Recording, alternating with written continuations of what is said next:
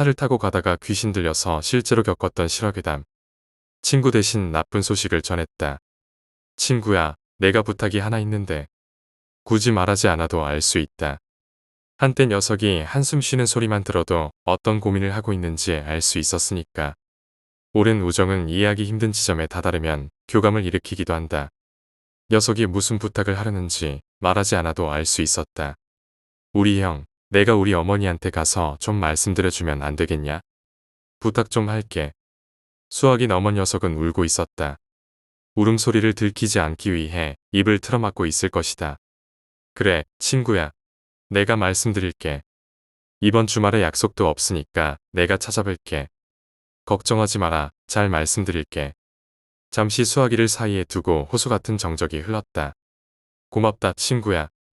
결국 영범형이 암으로 투병 중이라는 소식을 녀석 어머님께 내가 전하러 가기로 했다. 녀석과 나는 고교 3년 내내 같은 반 단짝이었다. 1학년 때 형제처럼 친했던 우리는 3년 내내 같은 반이었으면 좋겠다는 소원을 종종 말하곤 했는데 우리 7명 패거리가 뿔뿔이 반이 나뉠 때도 우리는 항상 같은 반이었다. 그때 나는 혹시 정말 신이 존재하는 게 아닐까 생각하기도 했다. 우리는 학창시절 내내 붙어 다녔다. 녀석 집에서 자던지 우리 집에서 자던지 좋아하면 서로 닮아간다는 말을 나는 믿는다. 터무니없이 서로 다른 외향을 가지고 있던 녀석과 나는 졸업할 무렵 둘이 혹시 형제 아니냐는 이야기를 심심치 않게 들었다. 좋아하면 닮아간다. 나는 학창시절 술을 영범형에게 배웠다. 우리가 반짝거리며 학창시절을 통과하던 그때 형은 중2로 직업 군인 신분이었다. 녀석 집에서 놀고 있을라 치면 주 한두 번꼴로 들러 우리를 데리고 나가 술을 사주었다. 호프집, 순대집, 곱창집에서 고만고만 사춘기를 지나던 우리에게 형은 아주 높은 곳에 위치해 있었다. 그래봐야 18세 까까머리 사춘기 아이들을 훈계하는 20대 청년이었지만 말이다. 그땐 그랬다. 형은 어른이었다. 사고 치지 말아라. 공부 열심히 해라. 부모님께 효도해라. 사나이 바른 길을 걸어라. 열심히 훈계하던 형은 정작 자신의 바른 길은 어딘지 찾지 못하고 덜컥 여자친구 배에 임신을 시키고 말았다. 정확히 말하자면 임신을 시킨 게 아니라 형수가 임신한 것이지만 말이다. 인생이란 그런 것이다 하고 깨닫기에는 형도 우리와 마찬가지로 너무 어렸다. 우리는 형수가 만삭이 될 때까지도 눈치채지 못했다. 문제는 영범형조차 형수가 만삭이 될 때까지 눈치채지 못했다는 게 문제였다. 어떻게 그런 일이 하고 반문해봤자 인생은 그런 것이다. 이해하기 힘든 이야기를 보자기에 가득 모아놓고 이것이 인생입니다라고 떠들어도 좋을 만큼 불가사의한 일들이 잔뜩 있으니까. 어쨌든 24세 형은 딸을 낳았고 그 세월이 조금 더 흐른 후 대위를 달았다. 그리고 형의 인생은 곤두박질 치기 시작했다. 부대 내 불미스러운 구타 사건에 휘말려 지휘 책임으로 옷을 벗었다. 딱히 사건과 연관된 것도 아니었지만 군대는 희생자를 요구했고 조직이 행해왔던 관성대로 가장 힘없고 백없는 직업 장교 한 명의 희생을 요구했다. 육사 출신이 아니었던 영범형은 눈을 가린 채 배전에서 널빤지로 밀어버리기 가장 편한 대상이었다. 형은 눈을 가리고 두 손을 묶인 채 망망대해로 떨어졌다. 비명도 지를 수 없었고 하소연도 할 수 없었다. 내가 아는 영범형은 제대 전과 제대 후로 나뉜다. 공부도 잘했고 부모님 말씀이라면 물불 안 가리고 행하는 이미지의 제대 전과 술과 노름, 사업 파탄, 부도, 야반도주, 음주운전 등으로 얼룩진 제대 후 이미지는 한 사람이 지닌 이데아가 맞는지 고개를 갸우뚱하게 만든다. 영범형 위암 소식을 내게 전하던 날 친구 녀석은 수화기 너머에서 무너지고 있었다. 처음에는 웃으며 아무렇지 않게 전하려 했었지만 불안한 호흡과 앞뒤 안 맞는 이야기를 늘어놓기 시작하더니 결국 오해를 터뜨렸다. 울지 마라, 친구야. 다 그렇게 살다 가는 거 아니겠냐. 내가 해줄 수 있는 말은 그 말이 고작이었다. 형은 열심히 살았다. 마치 암 선고는 자신과 상관없는 것처럼. 녀석에게 전해 들었지만 형과 마주쳤을 때 혹시 내가 잘못 들었던 것이 아닐까 착각할 정도였다. 영범형은 끝까지 삶의 악착을 부렸다. 웃는 얼굴로 큰 소리도 내면서 어릴 때 너 술 마시면서 우리 시골에 큰 집 짓고 다 같이 살자고 했었지. 앞으로 10년 후에 우리 다 같이 한 마을에 모여 살자. 의사는 앞으로 길어야 6개월이라고 했는데 이 형이 무슨 소리를 하는 거야? 생각했지만 같이 웃을 수밖에 없었다. 형은 웃음으로 죽음에서 달아나려 했다. 주말에 횡성으로 가는 길은 향락객의 여파로 꽤나 길이 막혔다. 고속도로를 가득 메운 차량들처럼 내 가슴 한켠도 꽉 막힌 고속도로만큼 무거웠다. 국도로 빠져나와 구불구불한 비포장도로를 혼자 운전하며 나는 녀석의 어머님께 뭐라고 형의 소식을 전해야 할지 머릿속에서 천번 만번 연습을 했다. 오늘따라 길은 또 왜 이리 불퉁거리는지 쿵쾅거리는 심장을 울퉁불퉁한 도로 탓으로 돌리며 어머님의 집에 다다랐을 땐 미역거리며 해가 넘어가고 있었다. 어이구, 얘 너 살았는지 죽었는지 얼굴 잊어먹겠다. 녀석 어머니는 세월이 지나도 변치 않는 미소로 나를 반겨주셨다. 내가 들른다는 기별의 어머니는 직접 기르신 감자와 호박, 오이 따위를 이미 박스째 가득 담아 입구에 쌓아 놓으셨다. 이거 가져가서 부모님이랑 같이 먹어. 어머니가 내가 기른 감자 유난히 좋아하시잖니. 어머니 힘드신데 또 뭘 이렇게까지 챙겨 놓으셨어요. 통상적인 인사치레를 나누는데 마음속은 억장구름이 한가득이었다. 어머니가 챙겨주신 저녁을 목구멍으로 억지로 넘기고 커피 한 잔을 마주한 후 나는 비장한 마음으로 영범형의 소식을 어머니께 전하기 시작했다. 어머니, 영범형이 사실. 나는 말을 끊었다. 아니, 말이 끊겼다. 성대 안을 거대한 지네가 막아선 것 같았다. 위안말기예요. 발견하고 치료한 지는 꽤 됐는데 차도 없이 점점 안 좋아지고 있네요. 종범이와 영범이 형은 어머니가 걱정하실까봐 숨겨왔었는데 이제는 어머니도 마음의 준비를 해두셔야 할 것 같아서요. 날 바라보시던 어머니의 표정에서 웃음기가 사라졌다. 아니, 웃음기가 사라졌다기보다는 사람이 느끼는 일련의 감정 변화 자체가 땅속으로 사라져 버렸다는 표현이 어울릴지도 모르겠다. 커피를 앞에 두고 마주한 어머니와 나 사이에 고요한 정막만 남았다. 긴 침묵의 시간이 흘렀다. 어둠이 진하게 깔린 시골 풍경에서 정체를 알 수 없는 새의 울음소리가 들렸고 똑딱거리는 시계 초침 소리만 집안을 가득 채웠다. 영범이가 말이다. 놀랍게도 어머니는 미소를 지으며 말을 이으셨다. 너도 알겠지만 집에 찾아오는 날이 거의 없었잖니. 부도 나서 쫓기느라 못 와. 동생 명의로 빚 보증 세웠다가 그것 때문에 도망 다녀. 아마 1년에 한두 번 얼굴 봤을까? 나는 그저 조용히 고개를 숙인 채 어머니의 이야기를 듣고 있었다. 그런데 말이다. 한 몇 개월 됐나? 걔가 주말마다 뻔질나게 들르는 거야. 걱정돼서 왔다. 갑자기 생각나서 왔다. 먹을 게 생겨서 왔다 이러는 거야. 처음에는 심하게 닥달했지. 너 무슨 일 있는 거 아니냐? 어디 아프냐? 애 엄마랑 싸웠냐? 그런데 그런 거 없대. 그놈이 올 때마다 마르면서 얼굴이 까매지는 거야. 오면 해주는 밥 먹고 잠만 자고 말이야. 그놈이 내 아무리 물어도 대답하지 않을 거라는 거 나도 안다. 나는 식어가는 커피잔을 들어 올려 후룩 일부러 소리를 내 마셨다. 이래저래 산다는 게 지 마음대로 되겠니? 녀석은 평생 지의 꿈과 현실 속에서 끌탕 끓이면서 산 놈인데 말이지. 속이 여려서 지 어미한테 말 못했을 거다. 영범이하고 종범이가 또 너한테 신세를 지게 하는구나. 미안해서 어쩌누. 아니에요, 어머니. 어머님은 종범이도 그렇겠지만 제 어머니나 다름없으신데요. 아니다, 오는 길에 마음고생이 얼마나 심했니. 너도 속이 단단한 놈이 못 되는데 내 속이 편했겠냐. 난 괜찮다. 그래서 뜬금없이 녀석들이 내일 같이 오겠다 그런 거구만. 괜찮다. 사람은 한 번 왔다가 언젠가는 다시 가는 거 아니겠냐. 누가 빨리 가냐, 조금 더 천천히 가냐 차이일 뿐이잖아. 이따 종범이한테 전화해서 난 괜찮다고 말해라. 알았지? 집에 가기 위해 일어서자 어머니는 한사코 감자나 직접 캔 여러 작물들을 더 실어주셨다. 여전히 나는 웃고 있었지만 자칫 울음이 터지면 주체할 수 없을 것 같아 손을 제게 놀렸다. 나오지 마세요, 어머니.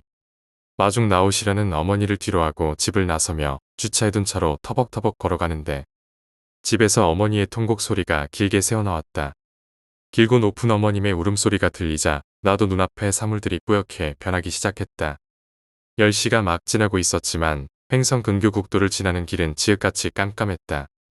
나오다 차를 세우고 조금 울었고 종범인 녀석과 통화를 조금 길게 했다.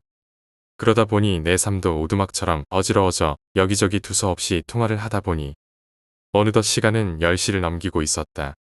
국도는 황량했고 고요했지만 어쩐지 그날 밤의 어둠이 평소와 다르게 무겁고 사위스럽게 느껴졌다. 기분 탓인가?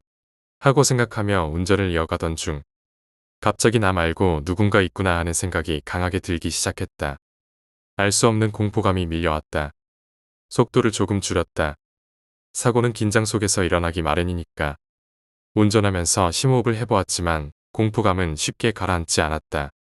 국도를 달리면서 마주치는 차량이 한 대도 없었다. 속도를 현저히 줄이고 차 안의 거울을 통해 뒷좌석을 살펴봤다.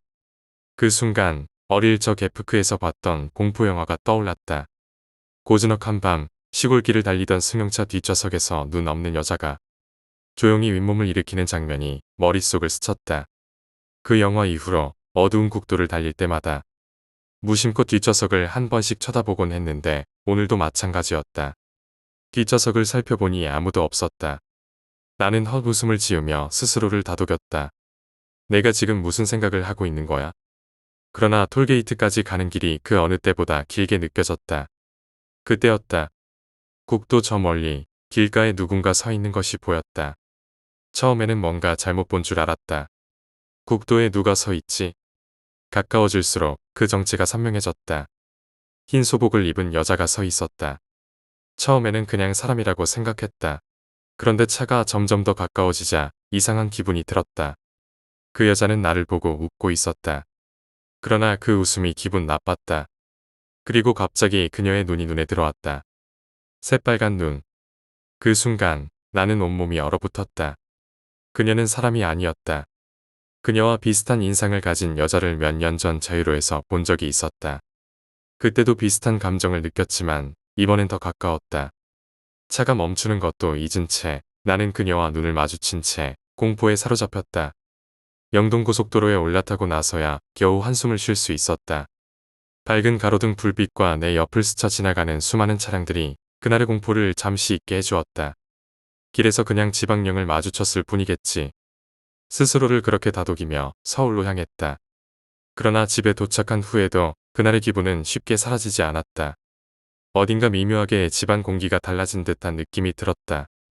공기가 무겁고 어딘가 뒤틀린 것처럼 느껴졌다. 나는 처음에는 단순히 몸살이 오는 것이라고 생각했다. 하지만 며칠이 지나자 나는 그 여자가 나를 따라왔다는 확신이 들었다. 그녀는 내 집에 들어와 나를 괴롭히기 시작했다. 침대에 누워 잠을 청하면 멀리서 들리는 듯한 웃음소리가 들려왔다. 그 웃음소리는 가깝기도 하고 멀기도 했다. 처음에는 옆집에서 나는 소리라고 생각했지만 점점 소리가 더 가까워졌다. 몸이 얼어붙고 심장이 빠르게 뛰었다. 눈을 크게 뜨고 방을 둘러봤지만 아무것도 보이지 않았다. 그러나 그 웃음소리는 끊이지 않았다. 얼마나 시간이 흘렀는지 알 수 없었다. 시간 감각이 사라진 것처럼 10분이 지나고 또 10분이 지나가 버린 느낌이었다. 그리고 그때 소리의 발신지가 어디인지 알 수 있었다. 침대 밑이었다. 나는 벌떡 일어나 불을 켜고 집안의 모든 불을 다 켰다. 그녀는 모습을 드러내지 않았지만 그 소름 끼치는 웃음소리는 멈추지 않았다. 그렇게 며칠이 지나고 결국 나는 더 이상 견딜 수 없어 고양이를 데려왔다. 고양이가 귀신을 쫓아준다는 미신을 믿은 건 아니었지만 작은 생명체 하나라도 곁에 있으면 조금은 안심이 될 것 같았다. 고양이는 첫날부터 하악질을 하기 시작했다. 어느 순간 거실 허공을 향해, 또 어느 순간엔 화장실을 향해, 그리고 또 어느 순간엔 침대 밑을 향해 하악질을 했다. 나는 불안해지기 시작했다. 그러다 어느 날 퇴근하고 집에 돌아왔을 때 고양이가 사라졌다. 도대체 17층 창문이 꽁꽁 닫혀 있는 집에서 고양이가 어떻게 사라졌는지 도무지 알 수 없었다. 온 집안과 아파트 단지를 새벽까지 뒤졌지만 고양이는 흔적조차 없었다. 그녀는 그렇게 내 삶 속으로 깊숙이 들어오고 있었다. 영범형의 상태도 시간이 갈수록 악화되었다. 그의 몸은 점점 말라갔고 얼굴은 점점 까맣게 타들어갔다. 나는 그 모습을 볼 때마다 췌장암으로 돌아가셨던 고모부의 모습이 떠올랐다. 죽음의 그림자가 서서히 형의 몸을 잠식해가고 있었다. 그럼에도 불구하고 형은 삶에 대한 집착을 놓지 않았다. 거래처를 돌아다니며 악착같이 수금하고 일거리도 찾았다. 형, 이제 좀 쉬세요. 나는 그렇게 말했다. 쉬면 어떡하냐? 한 푼이라도 더 벌어야지. 형은 사람 좋게 웃으며 말했다. 그 모습이 너무 안타까웠다. 그리고 한 달 후 형이 세상을 떠났다는 연락을 받았다. 그때 나는 몸져 누워 있었다. 몸에 열이 나고 온몸이 아팠다. 아마 그녀 때문이었을 것이다. 그녀는 그 시점에서 점점 더 강하게 나를 괴롭히기 시작했다. 샤워를 하다 거울을 보면 그녀가 웃고 있었고 침대에서 잠을 자다 깨면 눈앞에 그녀가 둥둥 떠 있었다. 그날 열이 너무 심해 회사에 전화로 병가를 알리고 집에서 누워 있었다. 오전 10시쯤 카톡이 왔다. 그동안 신세 많이 졌다. 갚지도 못하고 가네. 미안하다. 영범 형이 보낸 메시지였다. 그러나 나는 열이 심해 그 메시지를 확인하지 못하고 다시 잠이 들었다. 정신이 든 건 12시쯤이었다. 친구 녀석의 전화 소리에 깼다. 형 같다. 녀석은 짧게 말했다. 나는 그저 그래라고 답할 수밖에 없었다. 몸이 움직이지 않았다. 온몸이 신혈에 시달리고 목은 말라서 침조차 삼킬 수 없었다.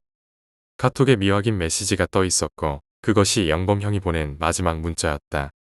형은 그렇게 떠났다. 그리고 나는 그의 장례식장에 가지 못했다. 그때 나는 현실과 꿈의 경계가 무너지는 경험을 하고 있었다.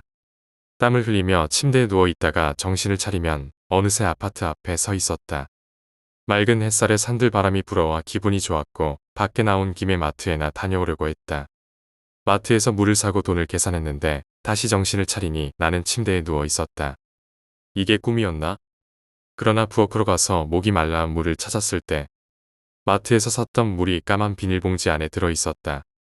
너무 두려웠다. 엉엉 울며 아파트 주변을 걸었고 정신을 차리면 다시 침대에서 울고 있었다. 도대체 어디가 현실이고 어디가 꿈인지 분간할 수 없었다. 그럴수록 침대 밑에서 들려오는 그녀의 웃음소리는 점점 커져갔다. 몸은 좀 괜찮냐? 도대체 얼마나 안 좋길래? 영범 형이 떠난 지 일주일도 채 지나지 않은 시간, 종범이가 나를 찾아왔다.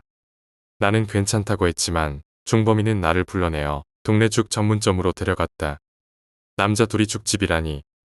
뜨거운 죽을 앞에 두고 둘이서 피식 웃었다. 몸은 며칠 전보다는 많이 나아졌어. 사실 몸은 좀 나아지긴 했다. 하지만 내 의식은 여전히 현실과 꿈속 나선형 계단을 오르내리고 있는 듯한 느낌이었다. 형은 잘 보냈지.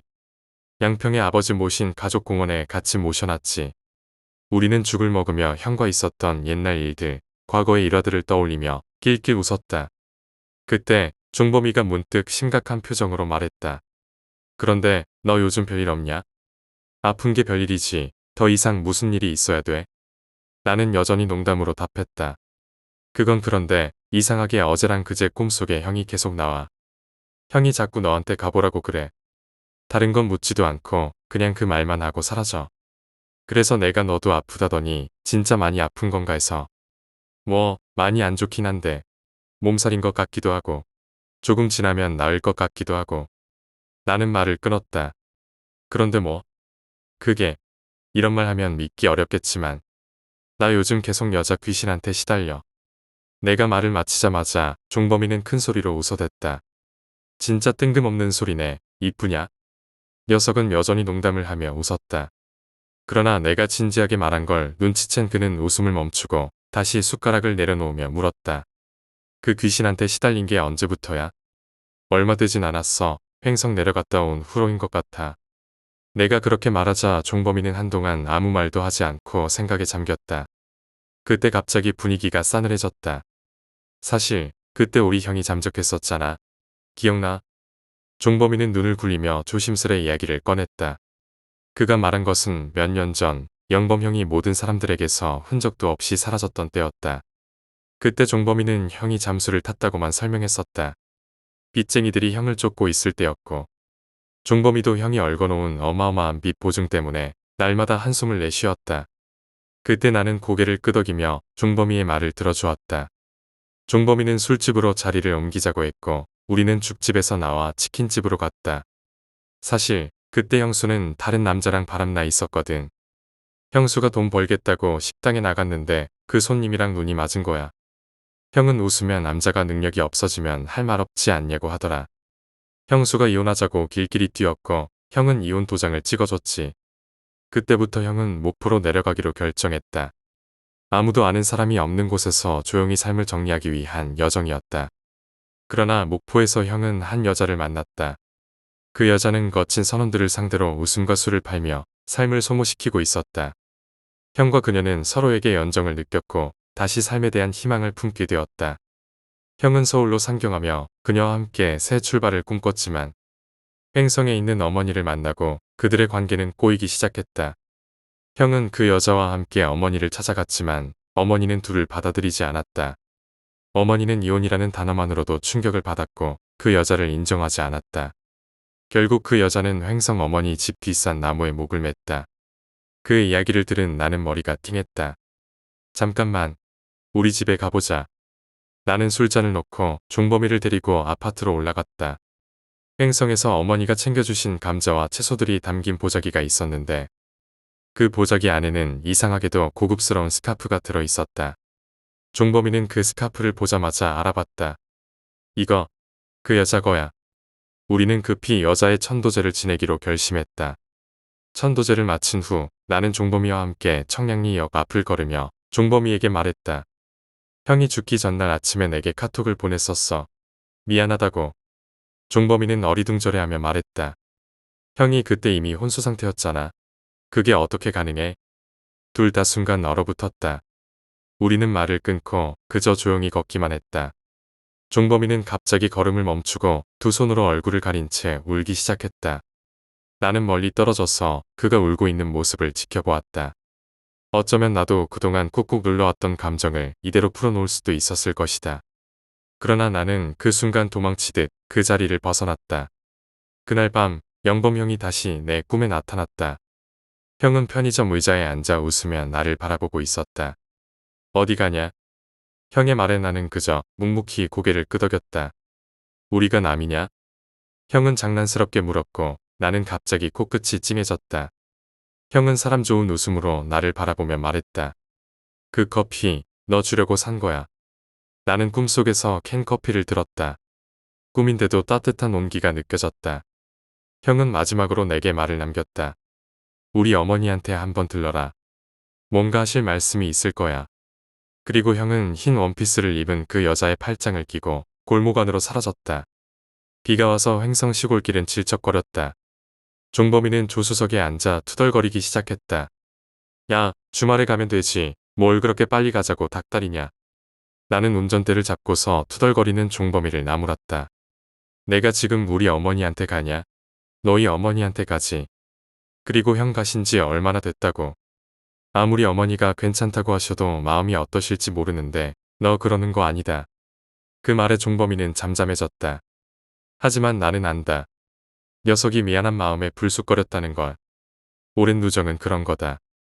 사람의 마음으로는 이해하기 어려운 미지의 영역이 있다. 녀석과 함께 차를 몰고 가던 중 내가 말했다. 여기다. 내가 처음 여자 귀신하고 마주쳤던 곳이. 종범이는 그제야 고개를 돌려 바라보며 말했다. 그 여자분이 참 좋아하던 길이었지. 자기 어릴 때 자랐던 이모 집 옆 개우라고 닮았다고 했었어. 그 말에 나는 그 길을 다시 한번 쳐다보았다. 그 길을 지나쳐 어머니 댁에 도착했을 때 어머니는 평소와 다름없이 우리를 반겨주셨다. 주말에 천천히 오지. 비도 오는데 뭐하러 왔어? 말씀하시면서도 어머니의 얼굴에는 생기가 사라져 있었다. 저녁을 차려주셨고 우리는 형의 장례식과 관련된 이야기 그리고 고마웠던 사람들에 대해 이야기를 나누었다. 그 사이 종범이는 마당 하수구가 자꾸 막힌다는 어머니의 말씀에 우비를 꺼내 입고 밖으로 나갔다. 나는 어머니와 함께 남아 커피를 마시며 조용히 이야기를 나눴다. 그때 어머니는 방으로 가셔서 두툼한 봉투를 하나 가지고 나오셨다. 영범이가 말이다. 전에 너한테 돈을 빌려 쓴 게 있다고 하더라. 왜 그 얘기를 안 했냐? 나는 고개를 갸우뚱했다. 사실 영범이가 가기 일주일 전쯤 몸도 안 좋았을 텐데 악착같이 돈을 모아놨더라. 애초에 살면서 그런 돈을 모아놨으면 그렇게 고생하지 않았을 텐데. 어머니는 내게 봉투를 건네셨다. 이건 내 거다. 영범이가 꼭 넣어주라고 했다. 나는 고개를 저으며 봉투를 돌려드렸다. 아니에요, 어머니. 그게 언제적 얘기인데요. 그냥 어머니 쓰세요. 그러나 어머니는 결연한 표정으로 말씀하셨다. 아니다, 이건 너 거다. 그래야 나도 마음이 편할 것 같구나. 그리고 어머니는 고맙다는 말을 덧붙이셨다. 내가 우리 종범이 형제들한테 신세를 많이 졌구나. 어머니의 눈가에 눈물이 맺히기 시작했다. 그 눈물은 깊은 주름 속으로 흘러내렸고 어머니가 살아오신 세월과 삶의 무게가 고스란히 느껴졌다. 나는 그 고비를 더 이상 견디지 못한 어머니가 조용히 우시는 모습을 가만히 지켜보았다. 그리고 어머니는 한참을 우신 후 내 손을 꼭 잡으시며 말씀하셨다. 넌 스스로 행복하게 살아라. 효도하려고 굳이 애쓰지 마라. 효도란 게 말이다. 내 자식이 그저 행복하게 살아주는 것만큼 큰 효도가 없다는 생각이 든다. 어머니의 말은 내 마음을 깊게 울렸다. 어머니는 속삭이듯 덧붙이셨다. 너무 늦게 깨달았지만 산다는 게 그런 거 아니겠니? 어머니의 손을 꼭 잡아드리고 그 순간 나는 눈물이 날 것 같았지만 꼭 참았다. 서울로 돌아오는 차 안에서는 종범이와 나는 말이 없었다. 비가 오는 영동 고속도로는 내내 막혔다.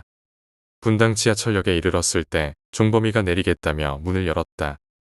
야, 차 너무 막히니까 나 여기서 내릴게. 넌 그냥 가라.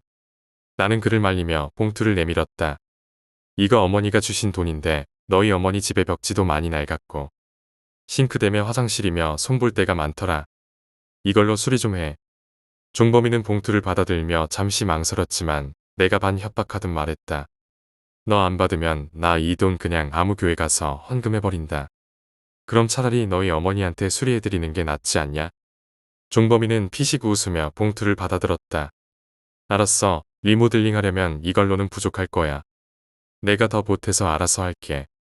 문을 열고 내리려는 종범이에게 마지막으로 한마디를 던졌다. 그리고 행복하게 살아라. 그게 진짜 효도다. 종범이는 문을 닫지 못한 채 비를 맞으며 우산도 없이 길 위에 서 있었다. 그리고 그저 시이 굳을 뿐이었다. 종범이는 차문을 닫고 나서 잠시 비를 맞으며 멈춰 서 있었다. 내리는 빗줄기는 점점 굵어졌고 그는 우산도 없이 비를 맞고 있었지만 그 순간만큼은 비를 피하려 하지 않았다. 그는 잠시 동안 멍하니 서서 나를 보더니 그저 시익 웃으며 고개를 끄덕였다. 나는 고속도로로 다시 합류하며 종범이의 모습을 거울로 확인했다. 그가 비를 맞으면서도 미소를 지으며 서 있던 모습은 왠지 모르게 내 마음을 더 무겁게 만들었다. 형이 남긴 말처럼 행복하게 살아라는 그 말은 종범이에게도 나에게도 너무나 큰 숙제였다. 서울로 돌아가는 길 내내 종범이와 나누었던 대화들, 형이 남긴 유언 같은 말들이 계속해서 머릿속을 떠올랐다. 고속도로 위로 쏟아지는 빗소리는 그 생각들을 묵직하게 가라앉히는 배경음처럼 느껴졌다. 그러면서도 나는 종범이와 형의 이야기 속에 숨겨진 무언가가 더 있다는 생각을 지울 수 없었다. 횡성에서 어머니와 만났던 그날 이후로 나는 다시금 이상한 기운을 느끼기 시작했다. 천도제를 지낸 이후로 모든 것이 정상으로 돌아갔다고 생각했지만 현실은 그렇지 않았다.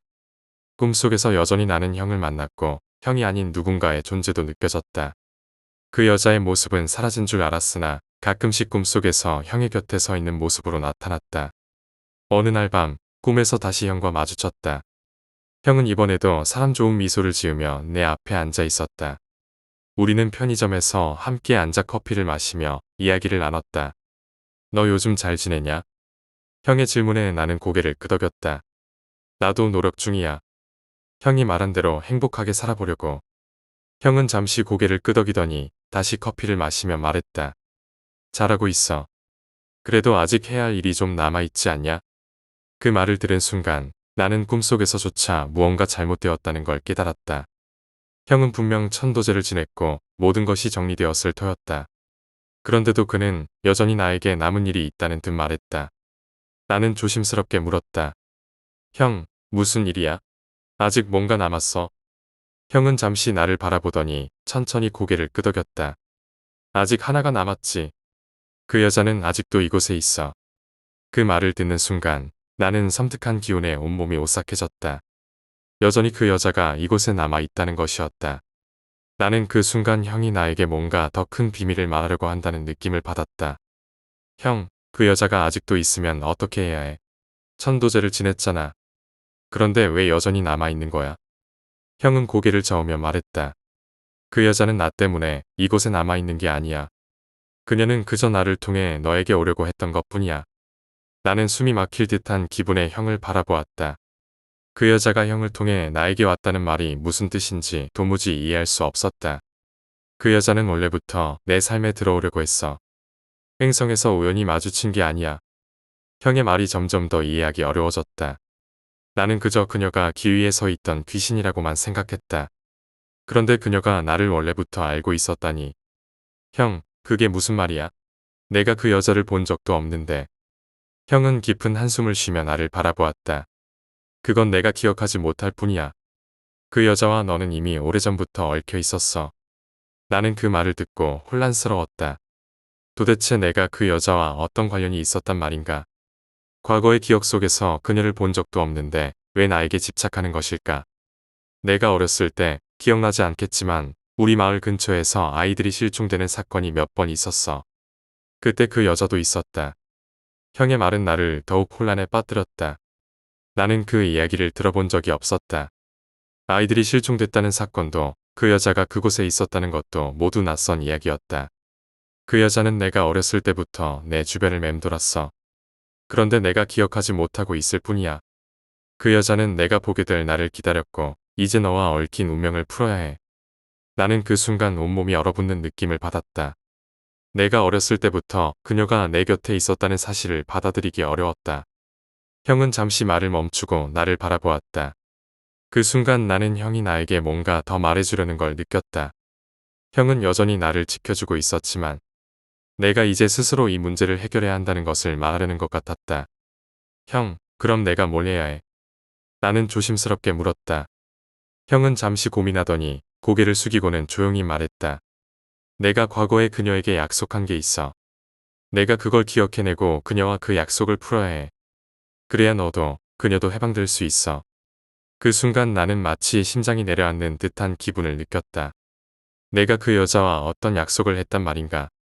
도대체 무슨 약속을 했기에 그녀가 내게 이렇게 집착하는 것일까? 그 후 나는 매일 밤 꿈속에서 그 여자의 모습을 다시 보게 되었다. 그녀는 나를 계속해서 쳐다보며 무언가를 요구했다. 그녀의 눈은 여전히 새빨갛게 빛났고 그 눈에서 느껴지는 슬픔과 분노는 나를 점점 더 불안하게 만들었다. 며칠 후 나는 더 이상 그 꿈을 견딜 수 없어 형이 말한 과거를 알아보기로 결심했다. 형이 말했던 사건에 대해 더 깊이 조사해 보기로 했다. 오래전 우리 마을에서 있었던 사건들에 대해 기록을 찾아보고 형이 언급한 실종 사건에 대해 알아보았다. 하지만 자료들은 이미 사라지고 없었다. 마을에서 일어났던 실종 사건은 공식적인 기록으로 남아있지 않았다. 나는 마을 사람들에게도 물어보았지만 아무도 그 사건에 대해 기억하지 못하거나 말하려 하지 않았다. 점점 더 좌절감이 밀려왔다. 도대체 내가 그 여자와 어떤 인연이 있었는지 그 약속이 무엇인지 알 수 없었다. 형이 말한 단서를 찾지 못한 채로 나는 점점 더 불안해졌다. 그때 다시 형이 꿈에 나타났다. 아직도 그걸 못 찾았냐? 형은 나를 타이르듯이 말했다. 나는 그저 고개를 저었다. 도저히 못 찾겠어, 형. 도대체 그 약속이 뭔데? 형은 조용히 나를 바라보더니 다시 말했다. 기억해내야 해. 너 스스로 기억해내지 않으면 그녀는 영원히 너를 떠나지 않을 거야. 그 말에 나는 좌절감을 느꼈다. 아무리 노력해도 기억해낼 수 없는 것을 어떻게 찾을 수 있을까? 나는 형에게 도움을 요청했다. 형, 어떻게 해야 기억할 수 있을까? 형은 잠시 생각하더니 한마디를 던졌다. 너희 집에 있어. 그 단서는 너희 집 어딘가에 있어. 그 말을 들은 나는 곧바로 집으로 향했다. 내가 자랐던 집, 그리고 내가 살고 있는 집 어딘가에 그 단서가 있을 거라고 믿었다. 며칠간 집안을 뒤지며 과거의 흔적을 찾기 시작했다. 오래된 사진첩, 어렸을 적 썼던 일기, 그리고 집안에 남아있는 물건들 중에 무엇이든 그 여자를 떠올리게 할 만한 단서를 찾았다. 하지만 쉽게 단서는 나오지 않았다. 그러다 어느 날 나는 창고에서 오래된 상자 하나를 발견했다. 그 상자 안에는 내가 어렸을 적 갖고 놀던 장난감과 함께 낡은 사진 한 장이 들어 있었다. 사진 속에는 나와 다른 아이들이 함께 서 있었고 그중 한 여자아이가 있었다. 그 순간 기억이 떠올랐다. 그 아이가 바로 그녀였다.